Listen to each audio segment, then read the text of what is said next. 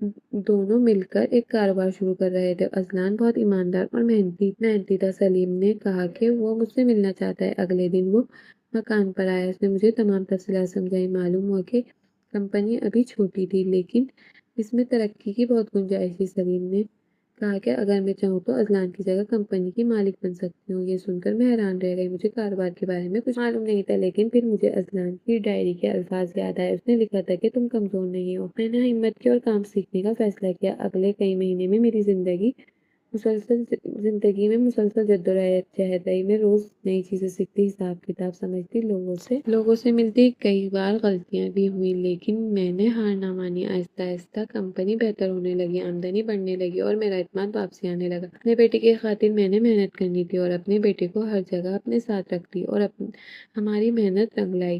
Company اچھے سے چلنے لگی۔ سلیم ایک اچھا انسان تھا۔ اس کی جگہ کوئی اور ہوتا تو مجھ بیوہ اور میرے یتیم بچے کا حق کھا جاتا۔ میرے دیور اور باقی گھر والوں کو علم ہو چکا تھا کہ اذلان مرنے سے پہلے مجھے محفوظ ٹھکانہ دے کر گیا ہے۔ ان کے سینوں پر سانپ لوٹ رہے تھے مگر وہ کچھ نہیں کر سکتے تھے۔ اللہ جب ایک در بند کرتا ہے تو دوسرا کھولتا ہے۔ اپنے بندوں کو کبھی بے یار و مددگار نہیں چھوڑتا۔ کہانی اچھی لگی ہو تو ویڈیو کو لائک اور چینل کو سبسکرائب کر دیں۔ اللہ حافظ۔